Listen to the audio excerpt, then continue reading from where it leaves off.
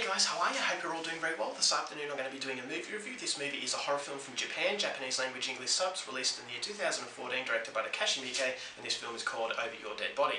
So Over Your Dead Body is about this stage play. It's a very well-known play. It's about a samurai story of love, betrayal and revenge. Very dark piece, and you've got the actors who are dedicating their lives to the rehearsals before opening night. So one of these actors is the main star of the film, of the play. She's a very well-known theatre actress, and her husband is also in the play as well. So they go through their lines, they go through rehearsing all of this, what's going on. But then as the play goes along, this woman starts to become paranoid that what's happening in the play is actually starting to happen in her reality. So the darker the play gets, the darker her life gets, and the line between reality and fantasy is becoming increasingly blurred, which is basically sending her over the edge. So that's going to endanger everybody around her, and she doesn't know who she can trust now.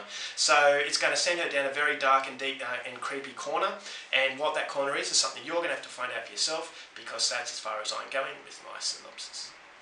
Now my thoughts on Over Your Dead Body. I had a lot of hesitations coming into this film. Now I'm a massive Takashi Miike film fan. One of my favourite horror films is Audition. I think that is by far his best movie, and it's an absolute masterpiece in psychological horror. So that movie had a very slow, tense build-up that really magnified to something that was shocking and very memorable at the end. So it feels like everything was done for a reason and everything was executed perfectly. But recently, Takashi Miike, this guy is a very prolific filmmaker, and I think that's what his problem is that he's making so many films a year that he can't put attention and time and genuine heart into one particular film, because he's got to make the next film before too long. So because he can't really stop and put all of his attention and all of his his thoughts into one film, they just feel very empty, and it feels like, yes, he is throwing all this insanity into his movies because that's his trademark, and he's going to sell these films because of his name, not so much because of it actually feels like a Takashi Miike film. So that was my biggest criticism of him. The last film I reviewed, called A Yakuza Apocalypse, was a perfect example of this, is that it was just one crazy scene after another, and after a while it just started to get very silly. It felt like you're becoming desensitized to it, and you feel that, okay, this guy's not even trying anymore. So coming into Over Your Dead Body, I had that hesitation. I was expecting to hate it, but I come away from this film really liking it. I think this is definitely a throwback to Audition. It's not as good as Audition, but it has a lot of similarities, and the similarities are the slow tension and the build-up. You're able to soak in the atmosphere, you're able to get to know these characters, you're able to get to know what's going on, the hardships that they're going through.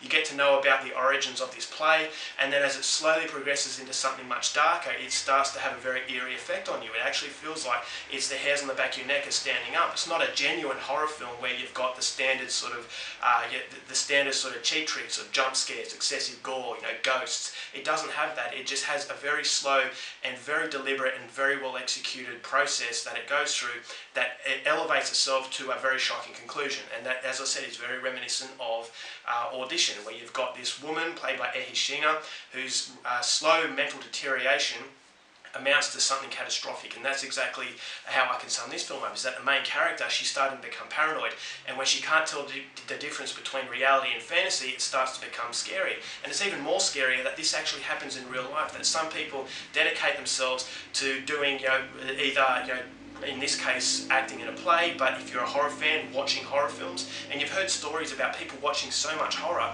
that they go out and they emulate art. They're basically life imitating art, and they go out and they kill someone, and people will say, it's horror films that are the bad guys, or it's video games that are corrupting the souls of our children.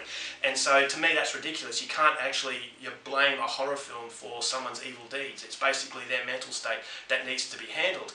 But it's an interesting sort of idea, and I think the movie really plays on that idea, because you've got this make-believe world, and I thought it was very important that Takashi Miike made a very distinct difference between the stage play and reality. In the stage play, you can actually see it's a stage, and I will say it's magnificently shot, this stage. It looks very beautiful, and actually looks like a different world. So you can say to yourself at the start of the film, okay, I'm watching a play.